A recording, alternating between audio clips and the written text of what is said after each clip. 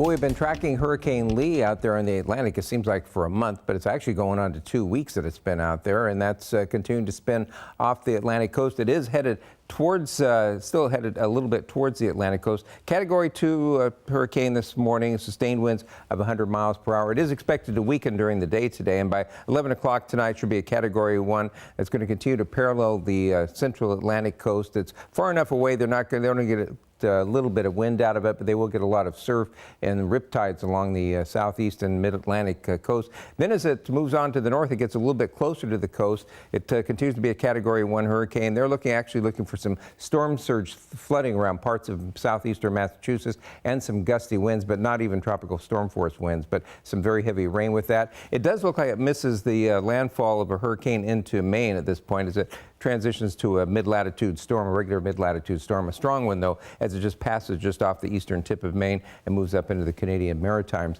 as we head towards Saturday night. And then as we head on towards Sunday night, it's going to move past Newfoundland and out into the northern Atlantic and just become a regular mid-latitude storm and head across the Atlantic. But that system has been around for a long time. Take a look at a little bit closer to home, though. We're in pretty good shape around here. We've got mostly clear skies this morning. There is a little bit of patchy fog around, but that's all you're going to be dealing with is that patchy fog. Take a look at the Everett Tower cam. We've got a little bit of that patchy fog showing up there, and you can see as we take a look at Queen Anne, looking out towards the Space Needle. We're in great shape there with clear skies, and generally clear skies as we head down towards the South Sound. It's going to be a pretty sunrise this morning. Temperatures mostly getting into the mid to upper 50s starting off the day, but a few of the sites down in the South Sound, schoolnet sites down there, have dropped down into the mid to upper 40s, so might need a jacket as you head out to the bus stop. Starting off the day, but it's going to warm up nicely. We do have a little bit of low cloudiness off the coast. That marine deck, though, you can see kind of sliding off the coast already as we're going to develop some offshore winds here in the next day or so, and that's going to give us sunshine and push those temperatures in a lot of places. We'll touch 80 in a few places today, but quite a few 80s tomorrow, and then we'll start a little bit of a cool down Saturday and much more of a cool down as we head towards Sunday. Take a look at those temperatures for this afternoon, warming up into the upper 70s to